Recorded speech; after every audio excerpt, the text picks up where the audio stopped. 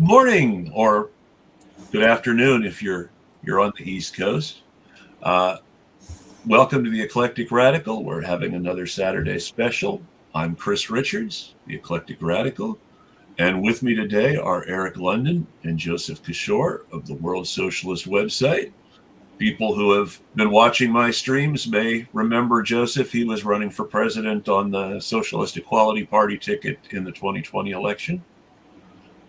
And we're going to talk about Trotsky and Stalin and some of the history that's divided lots of people on the American political left almost from the beginning, and how it relates now.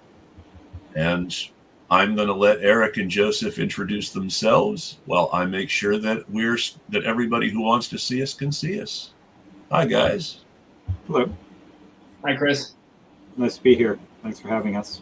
It's really good to have you both. I always like the chance to talk to Joseph, because the things we agree on, we agree on emphatically, and we can give a good argument every now and then about the things that we don't agree on. That's true.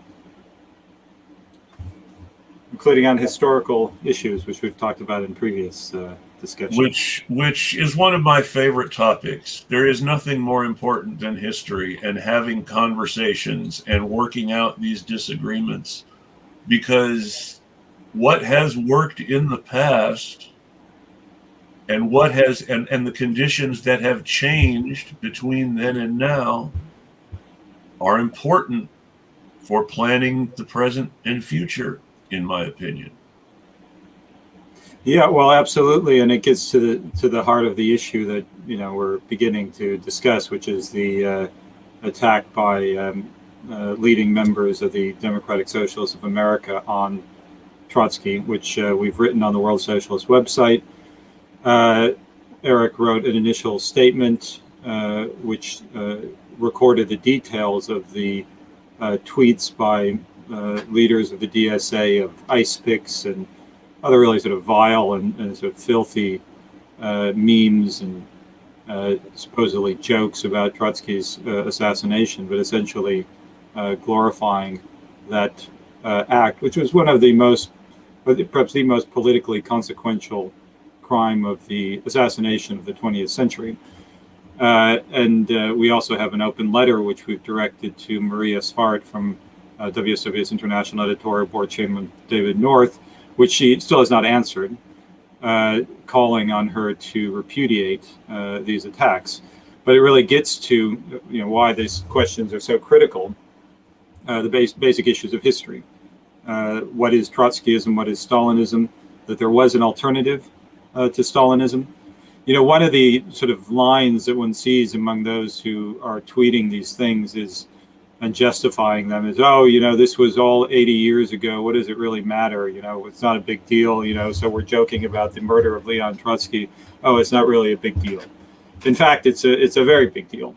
The crimes of Stalinism had a incredibly disastrous impact on the socialist movement. First of all, in the physical liquidation of between 700,000 and 1 million people in the Soviet Union, and then the violence directed against the Fourth International, but also in discrediting or associating somehow socialism, real socialism, with this monstrosity. In fact, the socialist movement and its historical continuity runs through the opposition to Stalinism, which was led by Trotsky, and then the formation of the Fourth International. But these historical issues, what actually happened in the 20th century, are of such monumental importance in orienting a revolutionary movement today. And that was originally one of the things that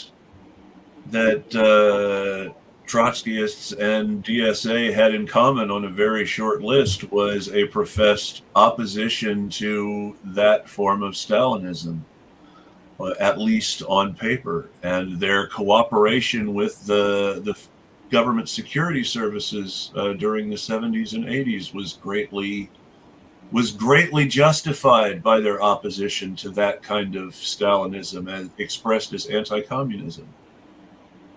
Well, it relates as well, which hopefully we can get into in the discussion too, the role that groups like the DSA have played within the labor bureaucracy in the United States. I mean, the AFL-CIO and its international outfits are associated with the Federation for the Development of Free Labor, U.S. Aid, the National Endowment for the Democracy. I mean, these are organizations which prominent DSA members have been part of, and prominent Shachtmanites, we can discuss more the origins of that term, have been involved in, are responsible for massacring socialists across Central America, for implementing the Brazilian coup d'etat of 1964, which inaugurated 2 decades of military dictatorship, similar operations across the world. But I do think, just to maybe begin somewhat more concretely, who was Leon Trotsky? Why is this something which we take so seriously? Trotsky was, alongside Vladimir Lenin, one of the 2 leaders of the Russian Revolution of 1917. This was the first time in the history of humanity that the working class had taken power. And they did so in the midst of a brutal world war, which they ended. They were then invaded by over a dozen capitalist countries. They successfully fought with Trotsky at the head of the Red Army against the fascistic White Army. They defeated them. They then were isolated in the Soviet Union, and the bureaucracy, a privileged caste, usurped power with Stalin at its head. And Trotsky dedicated his entire life, the last, and what he said the most important years of his life, to the fight to expose the Stalinist bureaucracy, to defend the fight for international socialist revolution and its independence from the parties of capitalism, which is the theory of permanent revolution, which is our perspective, the perspective of the Socialist Equality Party today. Something I agree with very strongly. Well, the good, and look, I mean, Joe mentioned what the Stalinist Great Terror was, but in the course of defending its privileged interests against the interests of the Russian and international working class, the Stalinist bureaucracy engaged in a political genocide in which, as Joe said, up to 1 million people were exterminated. This is what the DSA thinks is hilarious, very funny, worthy of making memes. I mean, if you think about what the political implications of this are, Trotsky's children were killed by the Stalinists. Yes. The leadership of the Fourth International was killed. Young socialist leaders like Erwin Wolf and Rudolf Clement were murdered by Stalinist assassins outside of the Soviet Union. It wasn't just Trotskyists who were killed. It was anybody who was critical of the Stalinist bureaucracy. It was artists, poets, musicians, the most brilliant minds of an entire generation who had been thrust into the forefront of history by the October Revolution.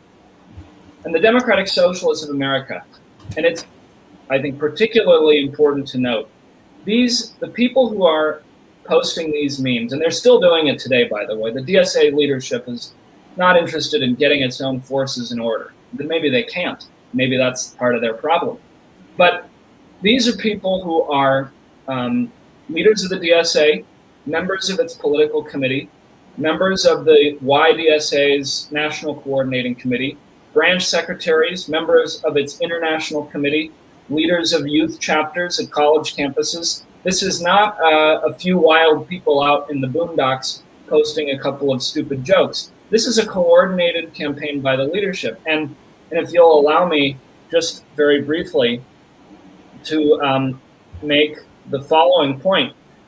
Some of the people who are, in fact, most of the people who are doing this are actually active in the Democratic Party itself. So if I could just give a few examples and then I'll turn it back over to you, Chris. But Nikon Fayazi is one of the YDSA National Coordinating Committee members. They are a legislative intern for a Democratic Party politician in California, or recently were. Dari Rezvani, DSA Los Angeles member. This is funny because I know Dari. Yeah. And I was speaking with Dari, and I had to actually tell him, if you don't want to get drawn into some of this stuff, just don't like anything Alex Lawson tweets. Well, she's another interesting, AFL-CIO person. But just she's fascinating. I'll just leave it at that. But some of these people on the list, in addition to what you're talking about, are horrible trolls who go after everyone who disagrees in even the smallest bit with what's coming from the national DSA organization without any sort of mercy or basic humanity, and say some of the most horrific and false things, even beyond the Trotsky cartoon. And that's why I said to Dari, there's stuff going on here that you will get drawn into if you like almost anything that she tweets. Well, whatever. We're not really concerned, with these nobodies. But no, I understand. A couple more. I wanted to point that out because it's an interesting story, and I know Alex is on the list too. Well, just a couple more examples, and then I'll turn it back over. But one DSA leader in New York City, Honda Wang, was actually a political consultant for a firm that represents the Clintons, that represents Ukrainian oligarchs, that represents Israeli prime ministers, Tony Blair. And has personally participated in the kind of trolling that I was just talking about. So this is the Democratic Party. That's my point. This is coming from the Democratic Party. It's an attack on Trotsky because they view the growing influence of genuine interest in socialism, even within the DSA. And we can talk also about the origins of why they became so hysterical.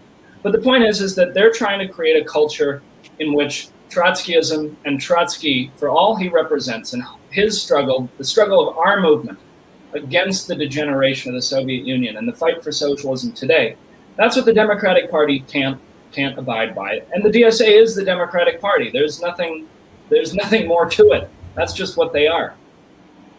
Yeah, they're the sort of muzzled internal opposition that serves to damp down any more serious opposition. They're the acceptable opposition. Right. I think it's also worth noting that the campaign specifically against Trotsky has a broader provenance. There's a series of biographies that have been written over the past couple decades, including one by Robert Service, best decade really, one by Robert Service, a sort of right-wing establishment historian and politician. He made a statement when he was talking about his biography, which is a scurrilous and historically falsified, full of just basic errors and falsifications. He made a statement that if something on the order, if the ice pick didn't finish Trotsky off, he hoped his biography would. That would finally put an end to Trotsky. And this is the Service is speaking on behalf of the ruling class. Mm-hmm. Under conditions in which there's a growing political radicalization of young people, of workers, a turn to the left, growing interest in socialism, which all the polls show. And under those conditions, a fear that this political radicalization will connect with the genuine history of revolutionary socialist politics, which is Trotskyism, and that is for them, and that goes then back to the Russian Revolution itself, and that the whole tradition of revolutionary Marxism, which the Trotskyist movement is the contemporary political expression. There is that fear. And so when, there's all sorts of types, the trolling types on Twitter and everything, completely unserious types who sort of get drawn into this, and a sort of middle class layer, who view history with contempt, who know really nothing about the history of the socialist movement, about principled politics. They're drawn into it. But it is, as Eric was saying, something which is, there's it's driven from the top. There is a sort of coordinated, calculated political interests that are, and social interests that are. I know that the rank and file in DSA have voiced complaints. I know that Eric had a thread on Twitter where most of his sources were were rank and file DSA members who were not happy with some of what the national organization was doing. And I think that would be very positive if there are members of the DSA who are really serious. That even if they don't agree with everything that we say, the World Socialist website and Socialist Equality Party, if they're, if there's anyone who has really any sort of genuine commitment to socialism, you have to act with respond with revulsion to this type of filthy Stalinist propaganda, and we would encourage members of the DSA who oppose this to raise it within the DSA and to fight to have that this should be discussed. There's an upcoming convention. There should be resolutions which are presented which denounce this, which repudiate it. Any left-wing organization cannot tolerate within its midst such conceptions and such open calls, not only the glorification of the violence against Trotsky, but the implication, and it's not really an implication, it's a direct statement of violence against the Trotskyist movement today. And even beyond that, in a broader and more general, and if people will forgive me for being over dramatic, more sinister sense, it's a statement about the suppression of any sort of deviation or opposition within an organization. Because why were people suppressed? Because they opposed Stalin wanting to take everything over and concentrate power in fewer and fewer hands and committing the kinds of atrocities that he committed. And it's important to remember that when it's a specific threat, but it's also a general threat against any opposition to the powers that be. Yeah, well, it's one that comes from a real defensiveness on their part. It doesn't come from a position of strength. What I always like is on social media, the defenders of the DSA, they always say, oh, the Trotskyists, the Socialist Equality Party, they're just a tiny organization which has no influence. And then at the same time, they say they're at every picket line, they're talking to workers in every strike and every struggle. And in fact, they don't even know the half of it. But the point is that they're responding to a number of concrete issues. Number one, they're responding to the fact that we wrote an article denouncing Alexandria Ocasio-Cortez for using identity politics to essentially say that any criticism of the Biden administration, Joe Biden, the president of the United States,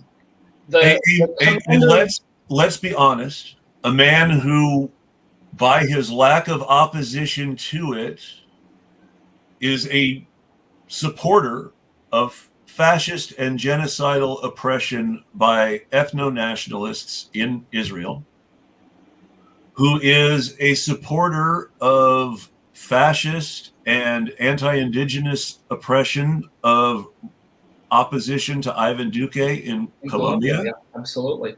Somebody who is, I know you guys don't think of them socialists, and I never know exactly what I think of them because, sometimes with international news, it's hard to tell which sources to follow, but the way that the tone on Maduro or Ortega, whether you support them or not, the tone on Cuba, whether you think it's a real socialist country or not, it's very much exactly the same as the Republicans, number one, and it's very right-wing, where they are opposing any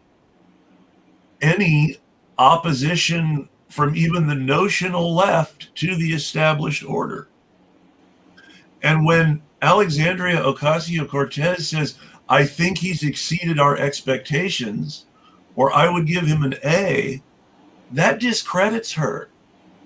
Let's be frank.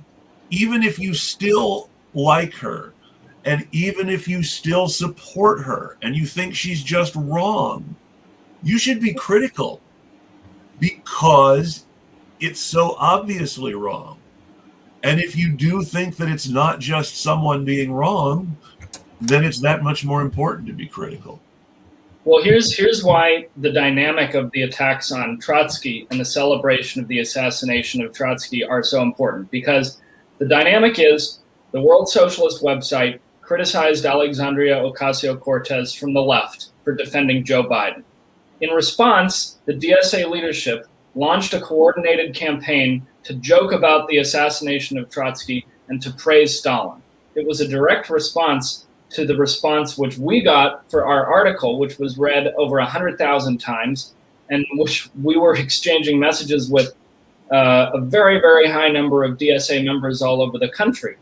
And also maybe one issue which we could talk about more too is the defeat of the AFL-CIO's unionization drive at Bessemer, where this right-wing bureaucracy, the RWDSU, with the support of the DSA and every other organization, couldn't even win support from 15% of the workforce at this massive Amazon facility. So point being, they're attacking us from an extremely defensive standpoint. And the events that took place in Brookwood, Alabama at the end of May are further evidence of this, the assault. I'll put it in an even larger context. I would say that DSA has been in a defensive position since Joe Biden became the Democratic Party nominee, which was almost inevitable. I say almost because almost anything can happen and opportunists win sometimes. But it was almost inevitable that Joe Biden was going to be the Democratic Party nominee. And yet when he became the Democratic Party nominee, DSA immediately went into a defensive crouch against anybody to their left, while at the same time, while the organization itself did not endorse Biden, prominent members of the organization were very active in criticizing people for not supporting Biden, for advocating alternative candidates to Biden, mentioning that Howie Hawkins existed. I mean, the Democratic Party's hostility to the Green Party, for the level of threat that the Green Party actually represents to the Democratic Party, is ridiculously out of proportion. And anything genuinely left of that is considered impossible. The same people lie about SEP's positions. Well, they're for right to work and they're anti-union. They don't believe in strikes. No, they don't believe in selling out for something that, in theory, you should have been able to get without a strike anyway. I mean, it's usually very paltry. And they don't, and the one thing that I agree on very strongly in the article that Jerry White wrote about some of the steel workers and other and mine worker strikes around the US and Canada. Why are these strikes all not coordinated in solidarity with each other? Why is there not a national strike in their support at other facilities by the same union in the same country? Isn't what that whole national union is in theory for? Yeah, well, that's, but of course they do the opposite. They isolate. I think in that sense, the lessons at Bessemer are very important. I mean, because the vote at Bessemer, which Eric referred to, was, it had the support of Biden. Biden made an explicit statement essentially calling on Amazon workers to vote in the RWDSU. There was a whole campaign in the media. Marco Rubio, the fascistic senator from Florida, declared he was in favor of it. And the union, it was it was a whole campaign, and they ended up getting 13% of the workers to support the RWDSU coming in. There was a massive rush of support for unionization in Bessemer in my Twitter circles by people who, I don't know how closely they were following what was actually going on. I was following reasonably good coverage of what was happening from Kim Kelly, though it had a very much pro vote yes slant to it, and she was definitely in favor of that unionization drive herself. But her and I think that what emerged in the vote was the fact that the union really had no contact with workers at the plant. I mean, there was not, and it reflects varying degrees of opposition, but it certainly expresses the fact that these organizations do not really have a base in the working class. If you look at what happened at the Warrior Met strike, which began in early April, towards a few weeks in, there was a vote. And which I'm willing to bet a lot of people outside of Alabama didn't know was going on. No, actually, I was speaking to some Volvo workers who are engaged in their own struggle in Virginia, not too far away, and they didn't know about it. And of course, it's because it's not covered in the media. It's certainly the AFL-CIO is certainly saying nothing about it. The head of the AFL-CIO is Richard Trumka, who was president of the UMWA for a couple decades. But what actually happened in this strike, they went out on April 1st. There was then a vote in early April on a contract that was brought back by the UMWA, which didn't meet any of the demands. It was voted down by the workers, 1,001 to 65 or something like that, 1,006 to 45. The contract was defeated by the workers, which gives a indication of the level of support or lack thereof among the workers for this organization. What it shows more than anything else is a lack of engagement. It's like you said, there was clearly no attempt by anyone to talk to actual workers at the plant on a level that appealed. Well, but I think in this case it reflects opposition. I mean, then there was workers burning the contract. The president of the UMWA, Cecil Roberts, was being denounced as a sellout. I mean, this is the conditions in which, and then what has happened since they've been isolated on the picket lines. There's been no attempt to mobilize broader support. As I said, Trumka, who with Cecil Roberts, they were both jointly in control of the UMWA throughout the 80s and 90s as it was selling out, isolating one strike after the next. Trumka has done nothing, of course, to even inform workers that this strike is happening, let alone mobilize broader support. But this is something which has been done again and again. The unions work not to unite workers, but actually to separate, to divide, to isolate, to prevent a common offensive against the corporations. I'm going to pull up a comment from the chat here, because this is a little bit behind where we are, but it's very much on topic. My apolitical 20-year-old son, this is about the Amazon union efforts, former Amazon worker, would walk by and drop extremely clear analysis on the Amazon unions and strikes without listening to one podcast. He said nobody must be talking to workers. And they weren't. They didn't have contact. I mean, it had far more support within the DSA and these groups than it did among the Amazon workers. And I mean, one if we take a broader, because yes, Bessemer, Warrior Met, Sudbury, Ontario, all of these issues are related.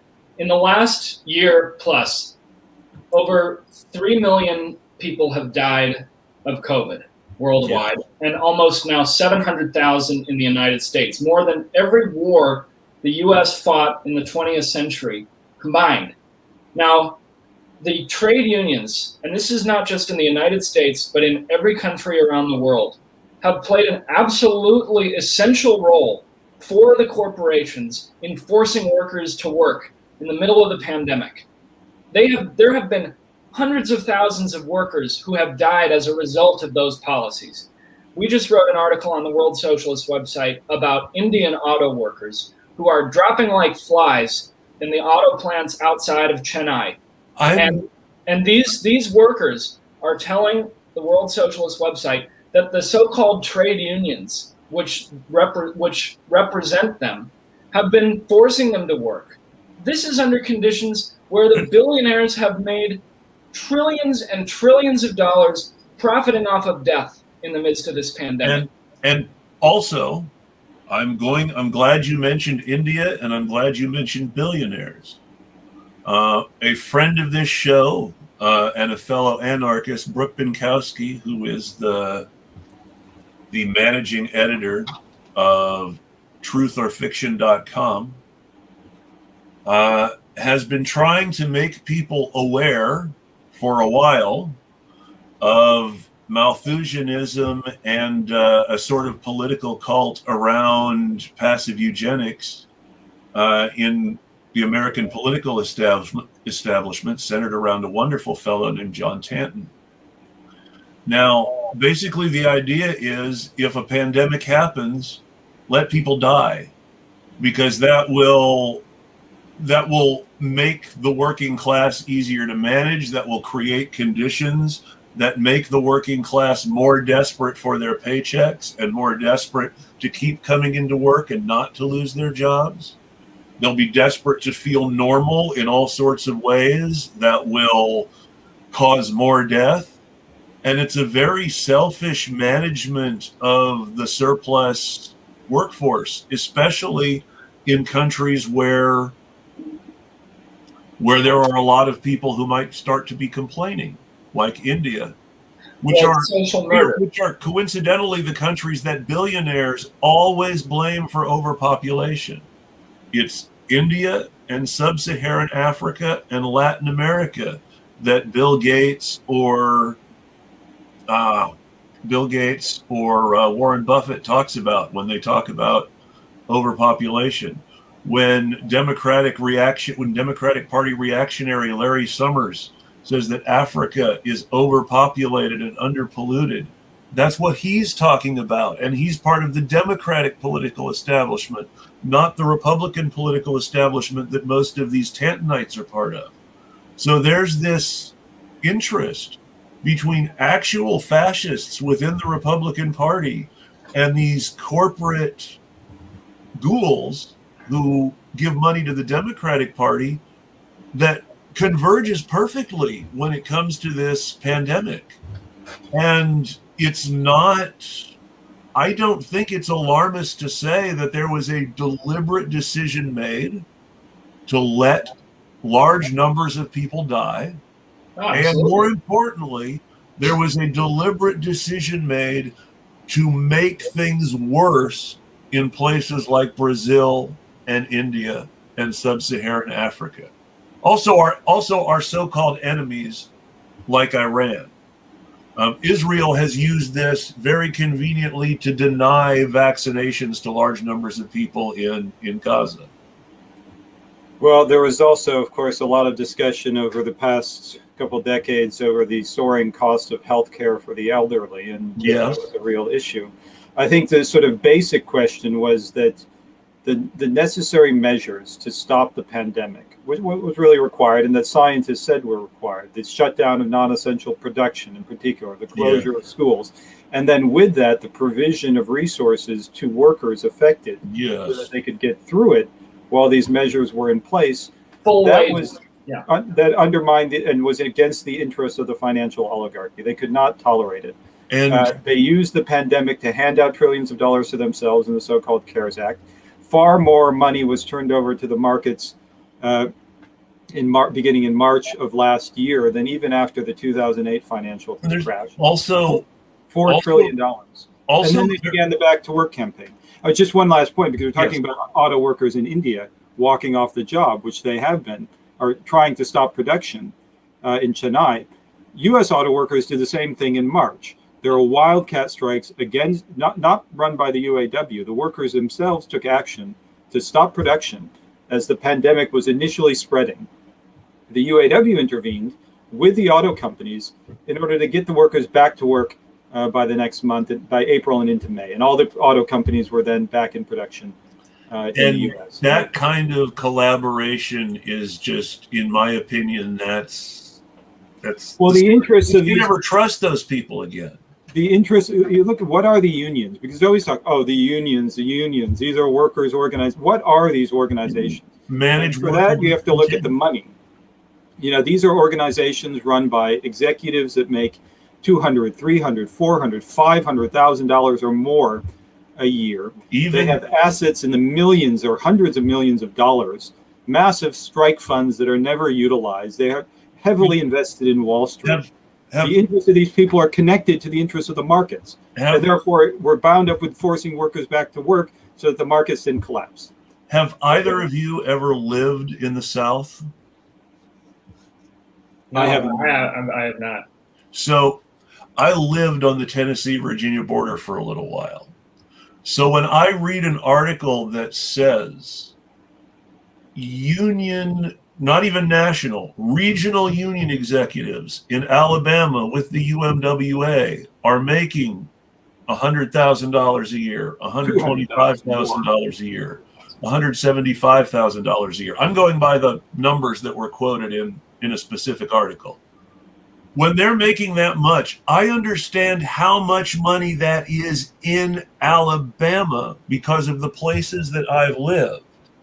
So when we're talking about $125,000 in Alabama, that is not the same as $100,000 in Detroit or New York City. It doesn't count all the money they're skimming off from the dues money, as we see. But even just their basic salary is a massive amount of money. It puts them in the upper middle class.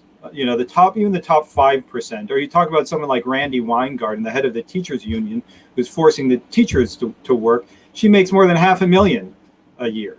And she's on the Democratic National Committee. This is the state. It's this is what these.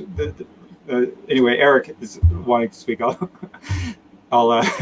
stop here. I'm always wanting to speak, but no. I mean, the point that I think is really critical is that the DSA is attacking our movement specifically because we expose the bureaucracies of the AFL-CIO.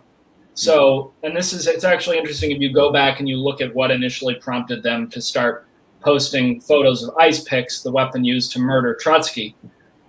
This all begins over the fact that our articles, the World Socialist website articles, quoting workers who are on strike, quoting workers at Volvo, quoting workers at Warrior Met all over the world, in which workers say, in their words, that the trade union is forcing us to work during COVID. They're forcing us to accept sellout contracts. They're in bed with the company. That it's in response to writing what the workers are saying that the DSA responds with threats, basically, that murdering Trotskyists is justifiable. And then you have this incident. Oh, sorry, go ahead. Well, no, because we can go to Brookwood, which I think is very elucidating of this process. But the point is more to show what the DSA is. And yes, Chris, I just want to respond to this because you mentioned earlier, there's this thing that the DSA, they all say that the World Socialist website, is an anti-union organization. They just hate the unions. I mean, the biggest and worst lie that I have heard, because I know this isn't true, I've spoken to Joseph quite a bit. They support right to work laws. Yeah, I mean, whatever, they can say whatever they want. But point is, the World Socialist website's position is that workers, whether they're in a union or not, should form committees that they themselves control, in which the leaders are subject to immediate recall. Nobody gets a wage higher than the wage of an average worker, and committees which are democratically run to connect workers at different plants with workers in other industries and workers internationally.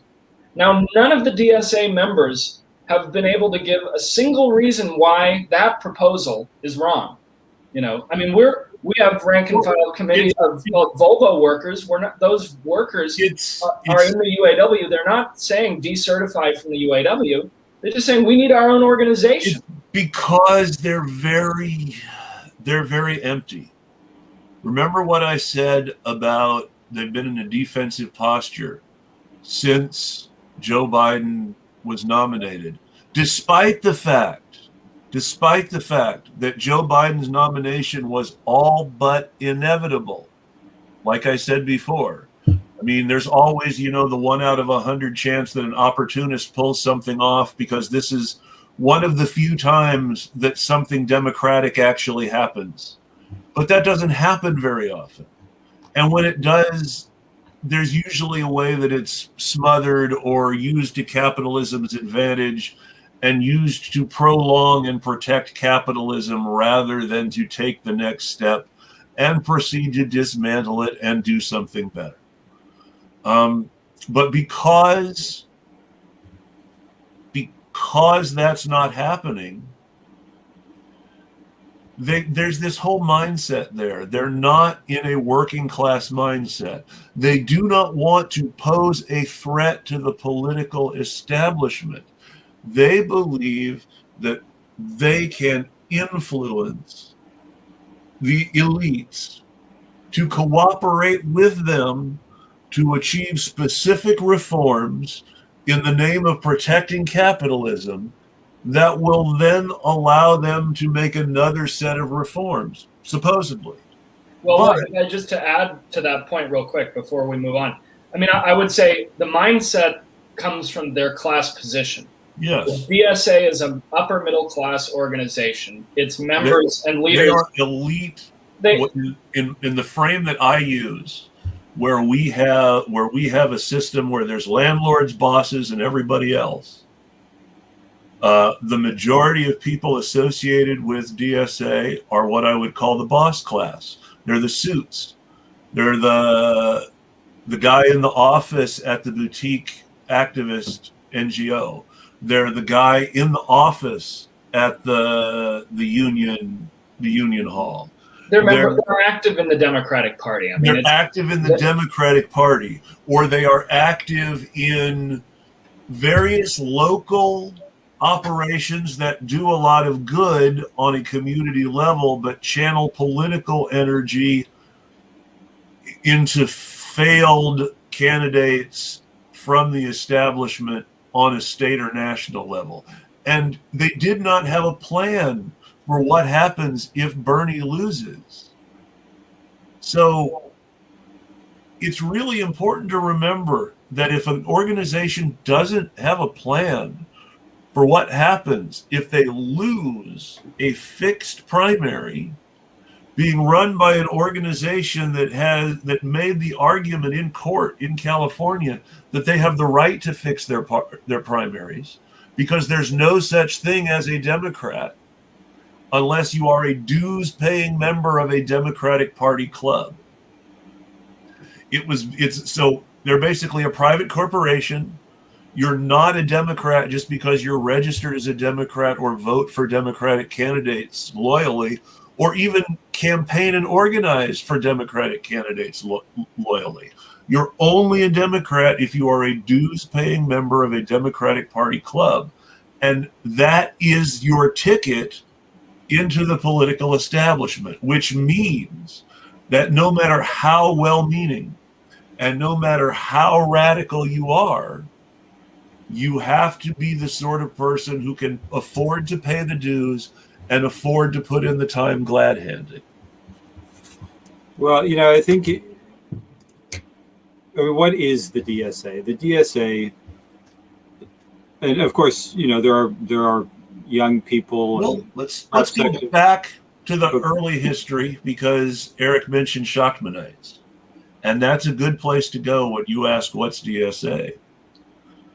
DSA is the successor to the death knell of the original American Socialist Party during the Cold War, where their ranks had become so small that they were taken over by the Shachtmanites, who were refugees from the Socialist Workers' Party, who had left earlier, who had been bounced around the fringes of left politics ever since, and made a conscious decision to stop trying to organize the working class and to instead harness themselves to bourgeois politicians and bourgeois parties.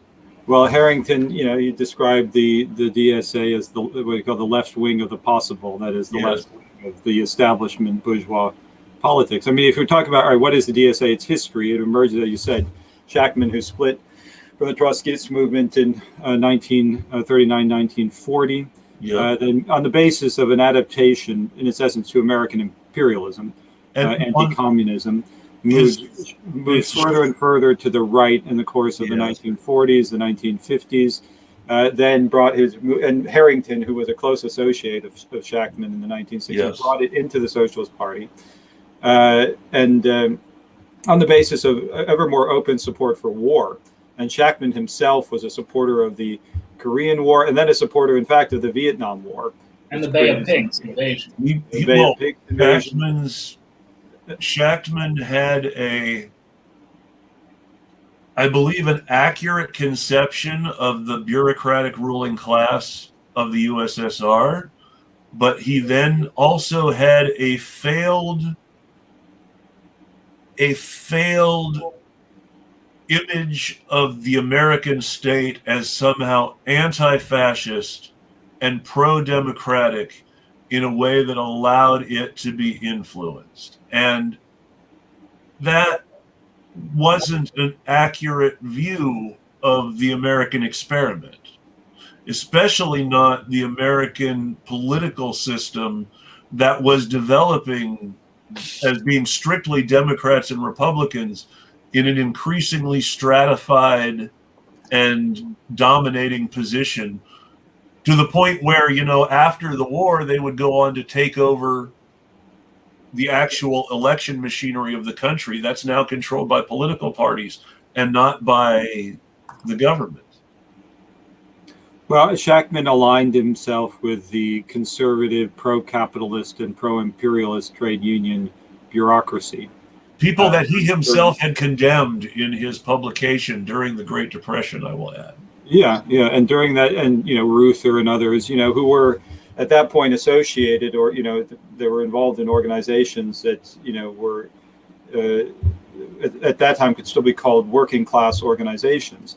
Although in 1955, the AFL and the CIO merged on the basis of a pro-capitalist orientation and support for the Democratic Party and pro-imperialist. One of the great tragedies, because the CIO was so important in moving workers left of the had been formed, the great industrial unions by socialists and insurrectionary struggles, including the sit-down strikes, which helped form the United Auto including the period when the United Mine Workers of America were actually doing good things for miners on some level. Yeah, these were organizations which had been built through bitter struggles. Fun fact: Cecil Roberts is Ma Blizzard's great-grandson.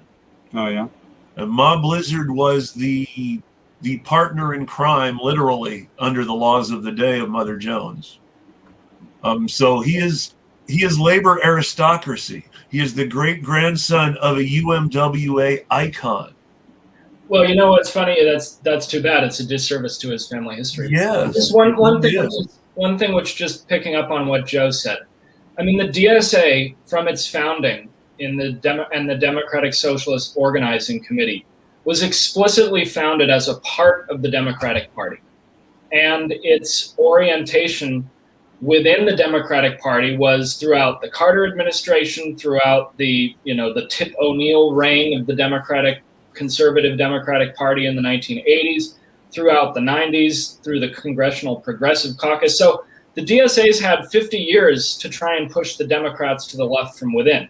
And they've been dragged right period, the Democratic Party has gone further and further to the right, to the point where Joe Biden now is that the DSA is in the absurd position of trying to be a socialist organization, which has got 5 members in the Democratic caucus in Congress and supporting Joe Biden and Nancy Pelosi. So just because I think there is an important and interesting, and by the way, I would say, for the old guard of the DSA, and maybe some of them are listening or will be following this, but people like Bill Barclay, Jack Clark, Richard Healy, Deborah Meyer, Maxine Phillips, Joseph M. Schwartz, Barbara Ehrenreich. These people know that the origins of the DSA were based on supposed democratic opposition to Stalinism. That was their whole raison d'etre. That was the whole purpose of their project. Now, yes, it was. As we've explained, it had its origins in anti-communism and an orientation to U.S. imperialism. The issue is that today, this is full circle. Now, the DSA, and these old guard know this, and they're concerned about this. They've lost control of their organization to a bunch of people who are just spouting the lies of Stalin and justifying the worst crimes of the Stalinist bureaucracy. Now, when Maria Svart remains silent and the entire leadership of the DSA, including those people I just mentioned, remain silent, they are accepting, because we've offered them an opportunity to respond and to condemn this. But by failing to do so, they are accepting and justifying and legitimizing all of the crimes of Stalinism, which they at one point purported to oppose. And I think that that's a very significant full circle, and it really explodes the whole reason for having the DSA in the first place.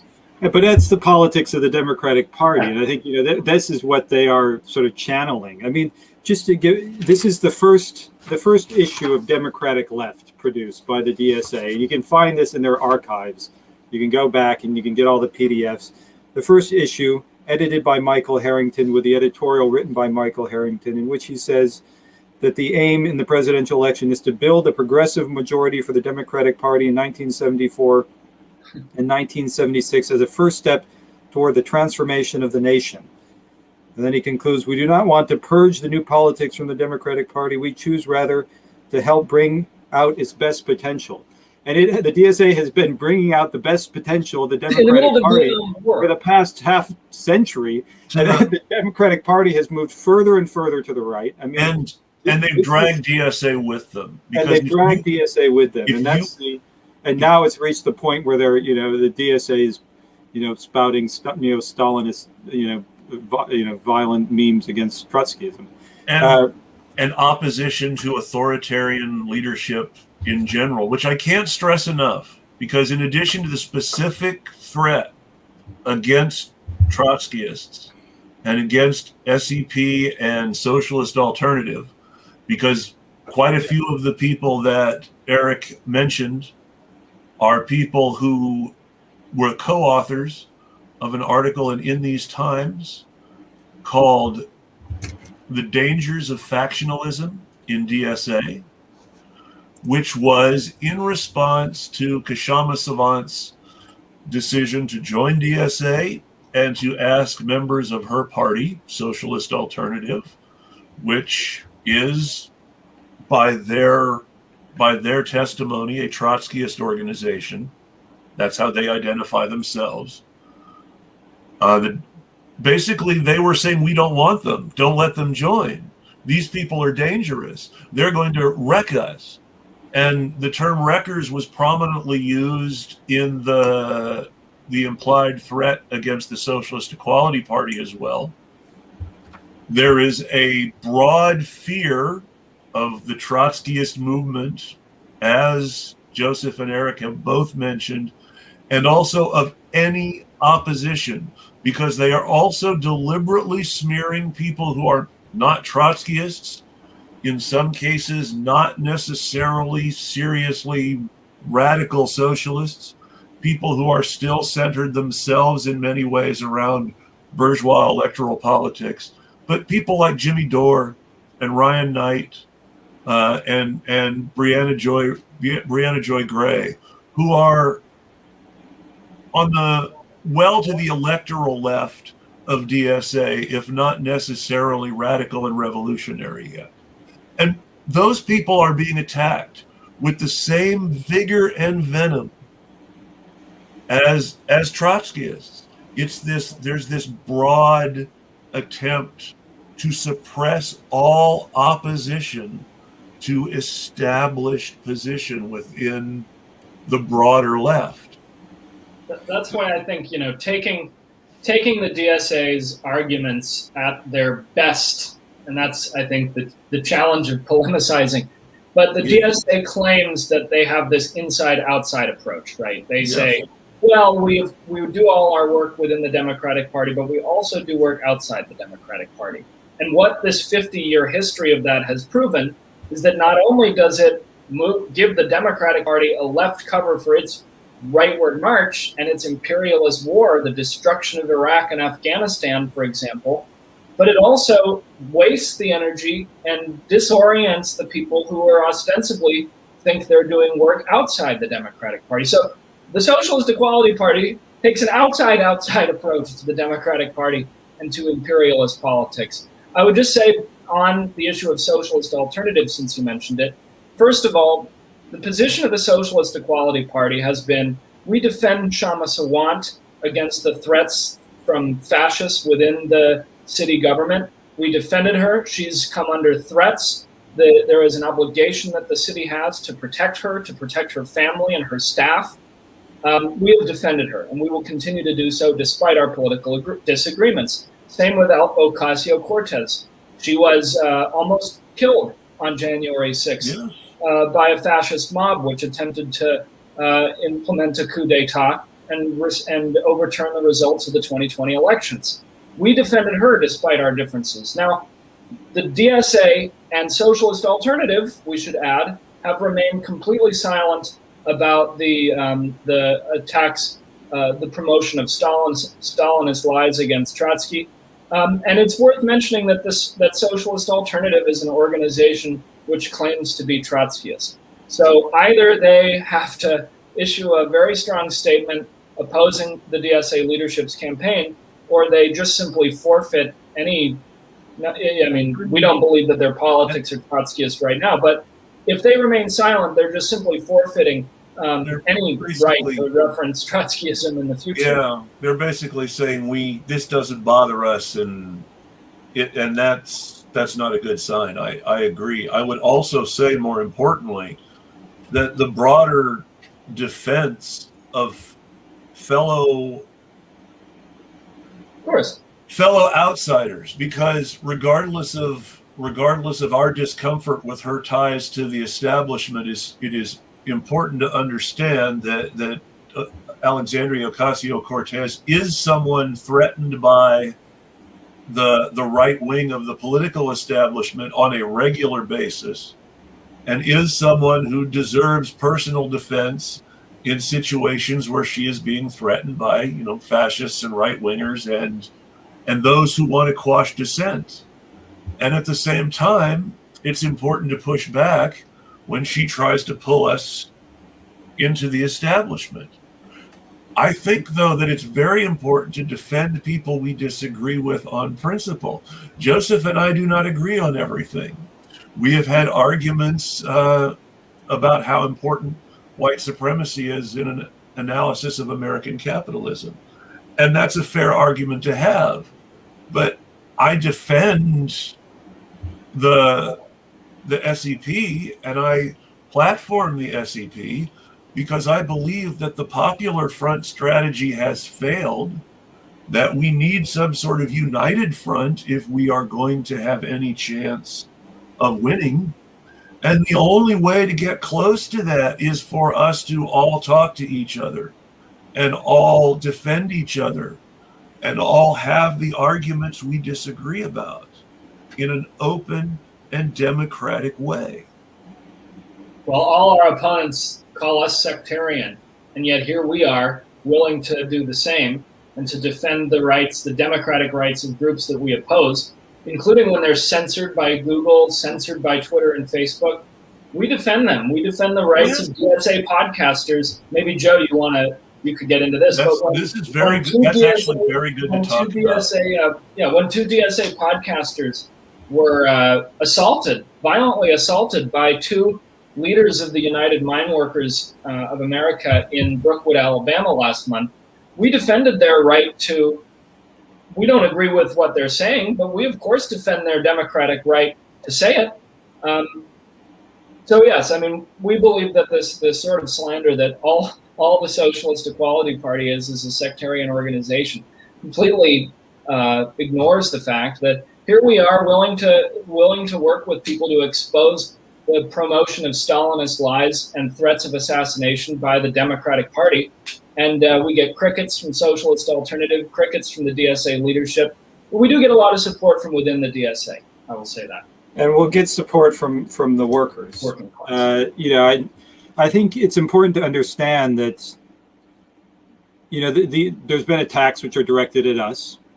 The UMWA, and these were, the way it was presented and sort of on Twitter by the podcasters involved was that it was some miners who were involved in an attack on the podcast. It was not some miners. It was the president of the UMWA District 20, Vice President Larry Spencer, and another representative of the UMWA District 20, James Blankenship, both of whom are on the executive board of the AFL-CIO in Alabama. As is the writer of that article, if you check, he is their political associate on that board. Yeah, well, but it was directed, and there was this attack, and we defended the DSA members who were subject to the attack and denounced it. It was directed at the World Socialist website because the UMWA is terrified of the growth of opposition among miners. But I think the important point to understand in all of this is that the fundamental target is the working class. And the UMWA, what they are terrified of is the growth of opposition among their so-called own members. That is the workers that they claim to represent.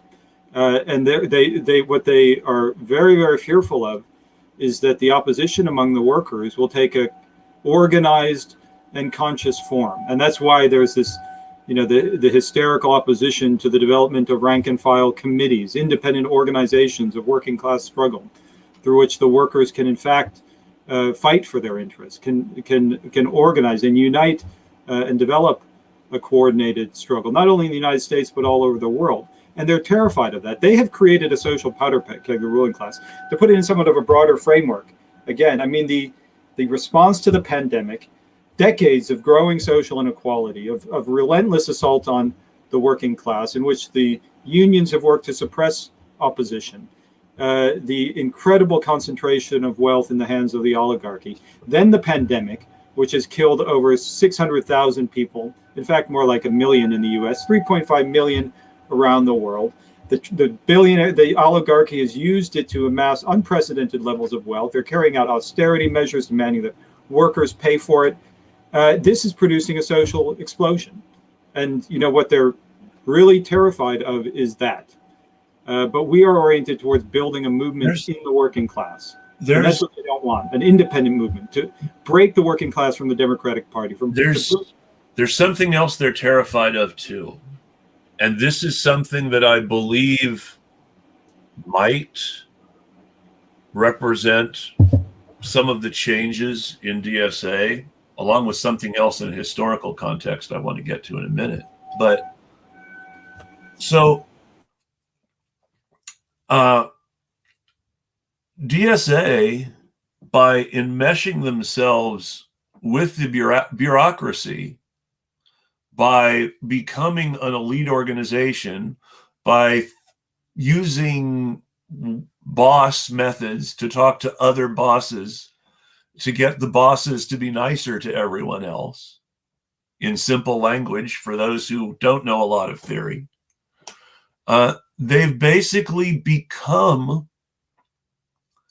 the problem that Schachtman identified.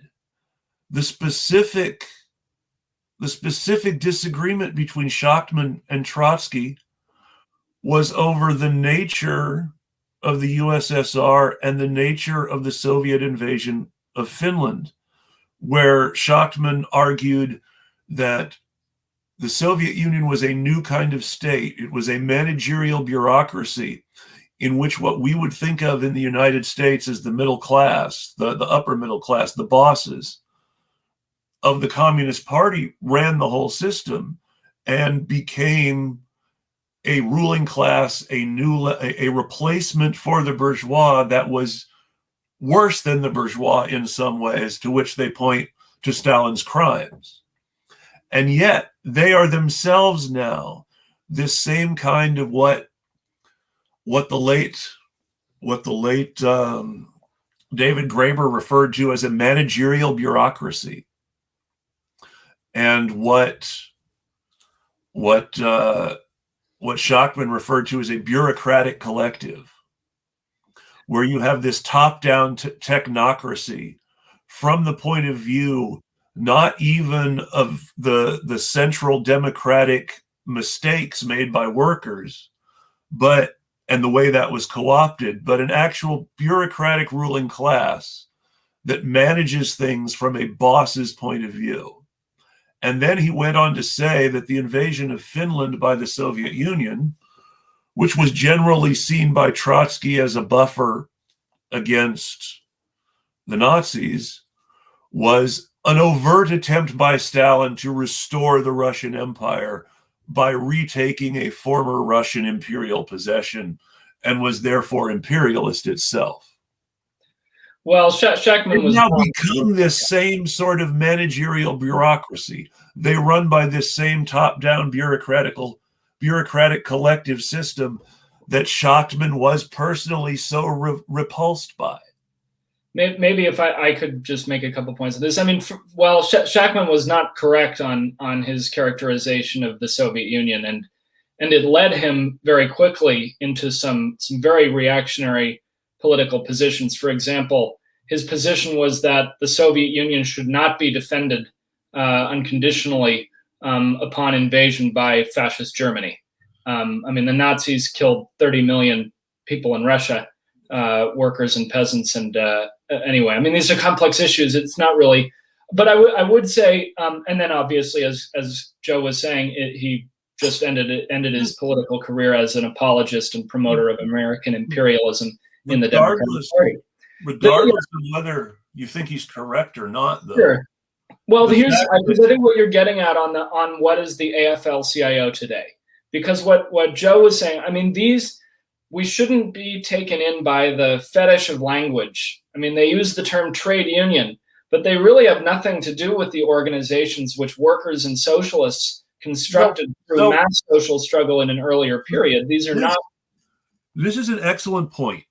What is the difference between a trade and an industry? I guess maybe I don't understand what you're. Okay, so when we're talking about trade unions, what is the difference versus an industrial union? Well, what is the difference between a trade and an industry? We were speaking earlier. I mean, one of the main functions that the AFL-CIO plays today, and yes, I mean, this Congress of Industrial Organizations was a rebellion against the craft unionism of the AFL. This is a class question, because I'm getting into class here, and I think this is important. This is something I don't think people conceptualize when they talk about the American labor movement and the conservative elements and the radical elements. The difference between a trade and an industry is that an industry is nearly always, unless you have a complete co-op like Mondragon in Spain, of which there are not a lot in the world. An industry is controlled by capitalists. And if you have a co-op that is successful within industries, that co-op is successful by being capitalist within a capitalist framework, not by acting in a truly working class and outward solidarity. They have solidarity within the co-op, and they're capitalists within the larger economy. And that was one of the problems that Kropotkin had with Bakunin. So a trade, on the other hand, a trade is a skilled profession by which people can aspire to work for themselves and achieve a petty bourgeois status. Yes, you have plumbers who are working class, but you also have plumbers who are petty bourgeois. And the interests of petty bourgeois plumbers who own their own business and their own tools of the trade and have some degree of capital within the system is as important as the issue of working class plumbers. And it is contradictory, because the petty bourgeois plumber who owns his own shop and has apprentices and journeymen working for him at sometimes has conflicting interests with those apprentices and journeymen working for him, because he's their boss, and he exploits their labor and owns their means of production. And at this point, what you have is a fundamental class contradiction at the core of the trade union idea itself. I'm not sure if I'm not sure if I understand quite the point you're making, but I don't think that there's sort of a fundamental class issue now. I think that, I mean, the old distinction between the trade unions, as you know, the unions of the trades, and the industrial unions, I think has been superseded. Although I think one point that's worth emphasizing, which Eric was just referring to, is the fact that the industrial unions, the industrial organizations, the CIO, developed in the form of a rebellion against the old AFL.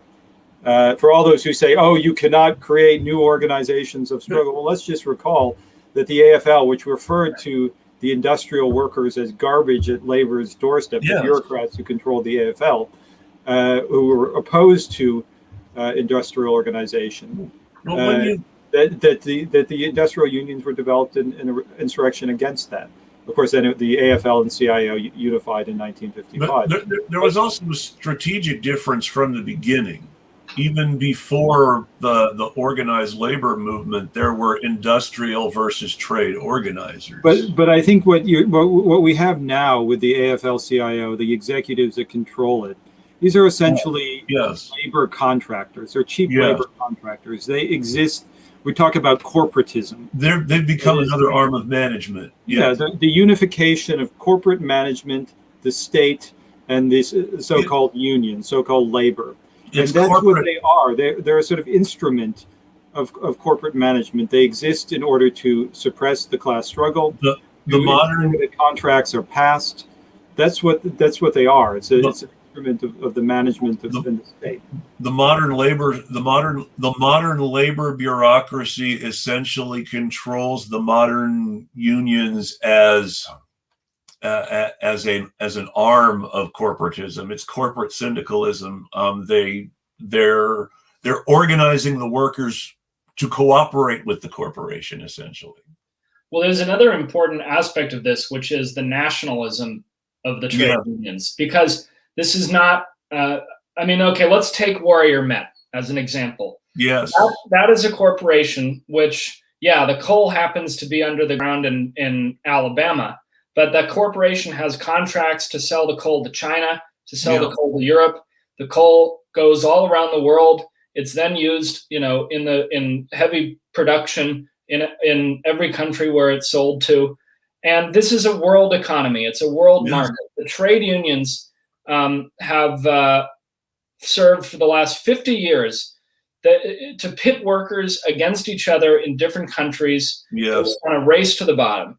That's why you have, where I live, where we live in Michigan, the absolute devastation of deindustrialization, the growth of alcohol deaths, of opioid deaths, the shortening of life expectancy in the working class, the collapse of the standard of living which workers enjoyed for a brief period when American imperialism had destroyed its opponents in Europe and in Japan. And so the point is that the world market today requires that workers have an international response. The process of globalization actually can be a profound source of power and strength for workers because they are united in the class struggle with workers. Let's take I'll make this one more point.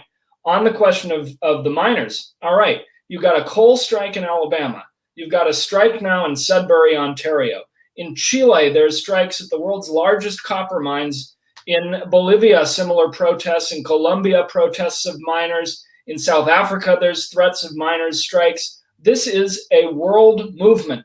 The trade unions, as they exist presently, not only isolate struggles in one country, They also isolate struggles in one workplace, as you mentioned. Why hasn't the UMWA called any other mine out? That used to be a part of the tradition in this country. But that's been destroyed by the trade union. So that's why what we propose, what the Socialist Equality Party proposes, is an international workers' alliance of rank and file committees. And that would unite workers across national boundaries, regardless of race, regardless of sexual orientation or whatever.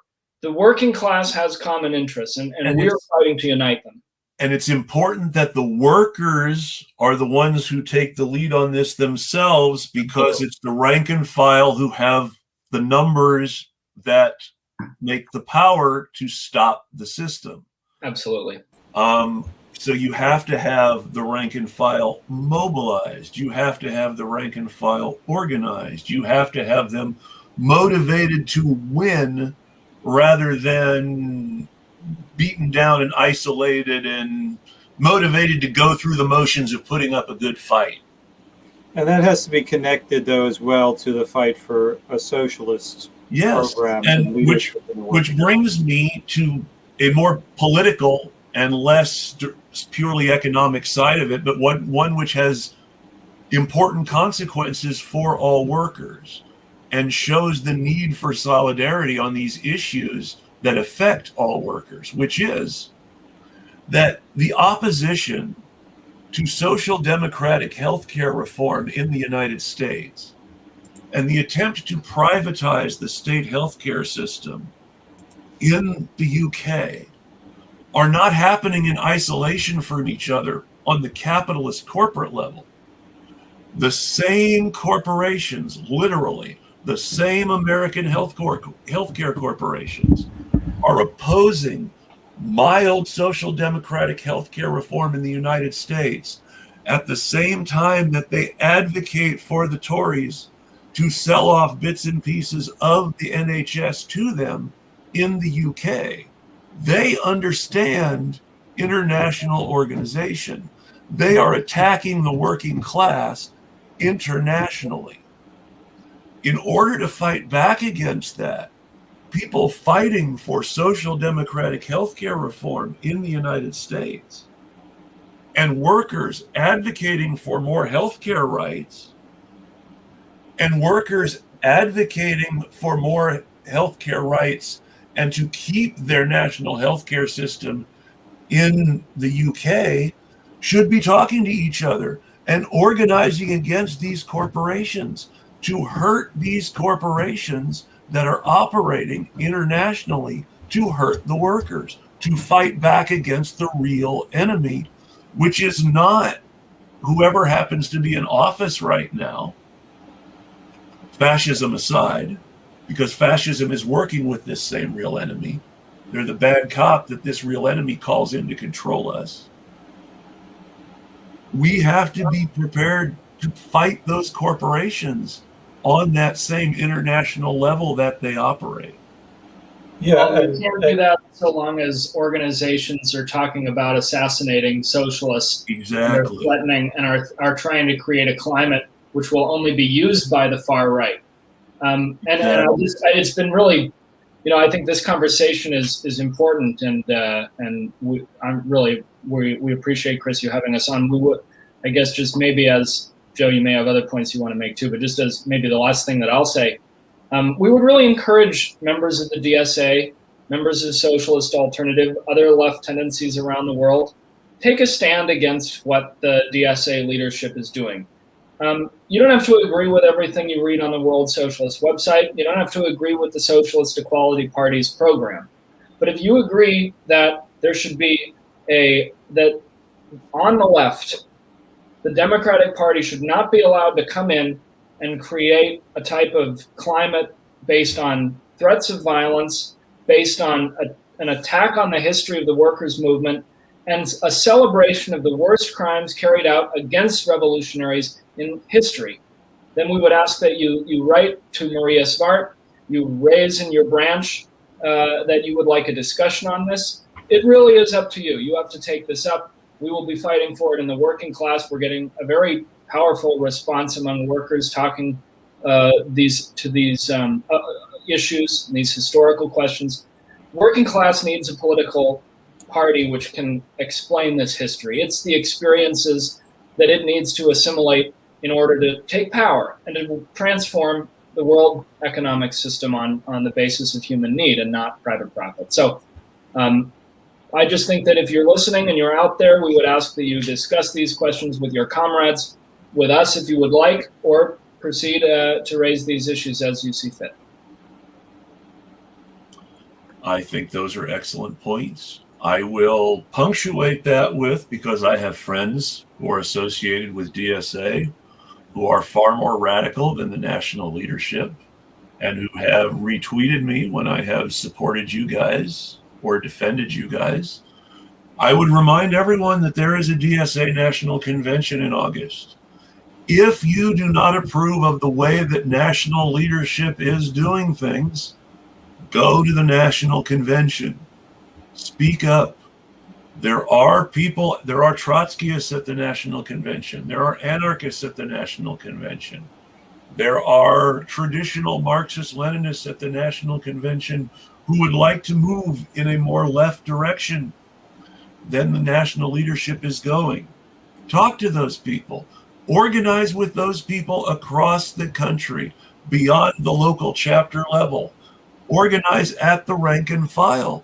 Go to the National Convention, make your voices heard, let the people in charge know how you would like DSA to operate. Show the solidarity that you would like DSA to show. Speak up. I think that if I could just make a couple of points, I think that, you know, we're talking about the development of, I agree with these points. In terms of the broader strategy, we're talking about the development of a network of independent working class organizations. And I think one point to really understand is this has to be connected to the fight to build a socialist leadership in the working class. I mean, what is, to go back to the beginning, what is the significance of the attack on Trotsky? Why the identification of Trotsky? In the 1960s and early 70s, when there was a radicalization of workers and young people, the most conscious and far-sighted and serious of those who are being politically radicalized, and it was a very significant layer, were immensely influenced by discovering the history of Trotsky. And that one of the most important forms that took was the publication of the 3-volume biography by Isaac Deutscher, Prophet Armed, Prophet Unarmed, and Prophet Outcast, on the life and then culminating in the horrific assassination of Trotsky. But why it was so important was it answered the question, was there an alternative? What was Stalinism? What was the real historical tradition of the Trotskyist movement, or of the socialist movement, and that found expression in the Trotskyist movement? And it was critical in the political education of a whole layer of workers and youth. I think we're going through a similar period now where you have this radicalization. People are looking for answers. They want to know what socialism is. They may be dissatisfied. You know, they've gone through the experience of Sanders, who said, you know, he was supposedly a socialist and then moved and backed Biden and declared his good friend Joe was going to carry out the political revolution. Of course, he's done nothing. Now I know what my final thoughts are going to be. They've gone through these experiences. They want to know what real socialism is. And so you have this attack on Trotsky because there's an attempt to pollute consciousness, including within the DSA, as to what the real heritage is. And that's extremely pernicious. And those who are serious have to turn to a study of history and an examination of these political questions. But above all, it's necessary to build a socialist leadership in the working class.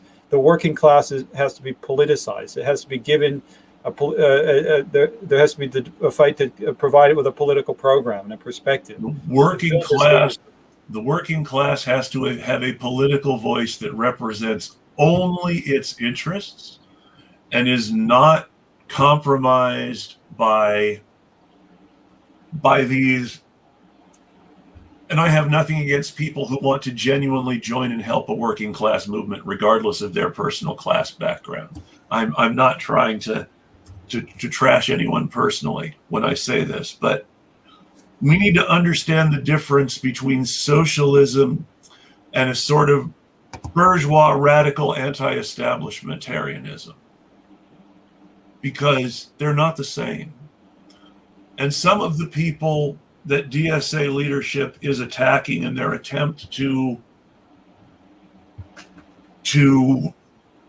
quell all dissent represent a sort of a bourgeois radical anti-establishmentarianism that isn't really left and is kind of post-left in its thinking. It doesn't think about the working class anymore. It does not think that the working class are relevant in a modern sense anymore. And it's important to be aware of that and not to let that pollute the project, because we have to be driven by working class interests and not by middle class interests. There are middle class interests that are shared with the working class, that the middle class is welcome to embrace. But we should not be rushing to embrace purely bourgeois interests ourselves in order to build power or gain favors.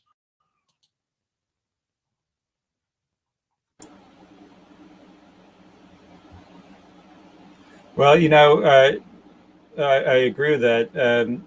The great task of the present is the fight to build a political leadership in the working class and a revolutionary and socialist leadership. And it looks like it wasn't just us. That part of the stream went a little. Yeah, it was breaking up a little bit, but I think everything in the end came through.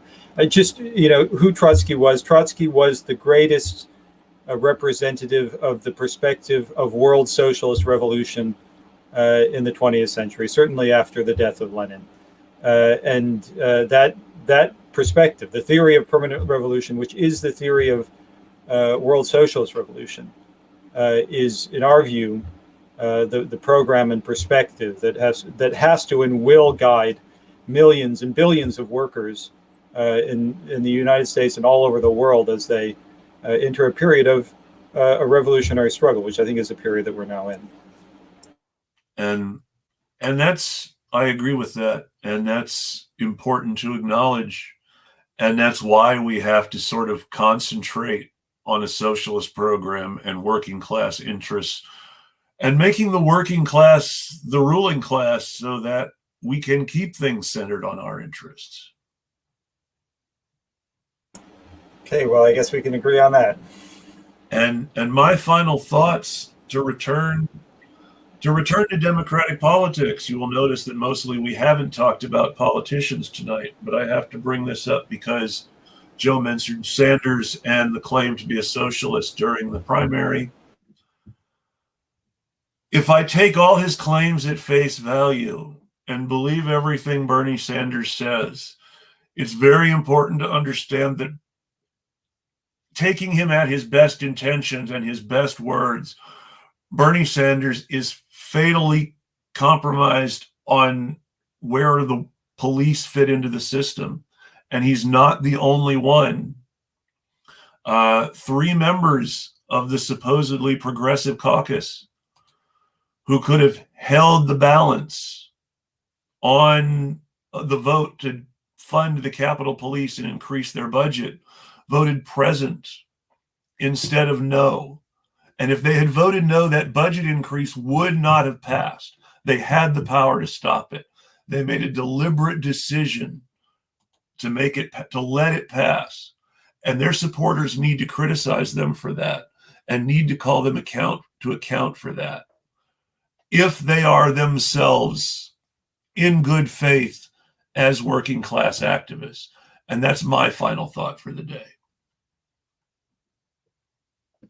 Well, thank you for having us, Chris. Good to talk to you. Thank you both for coming on, and have a great weekend. Great talking to you. Thanks a lot. My pleasure. Everybody, I'll tweet at you.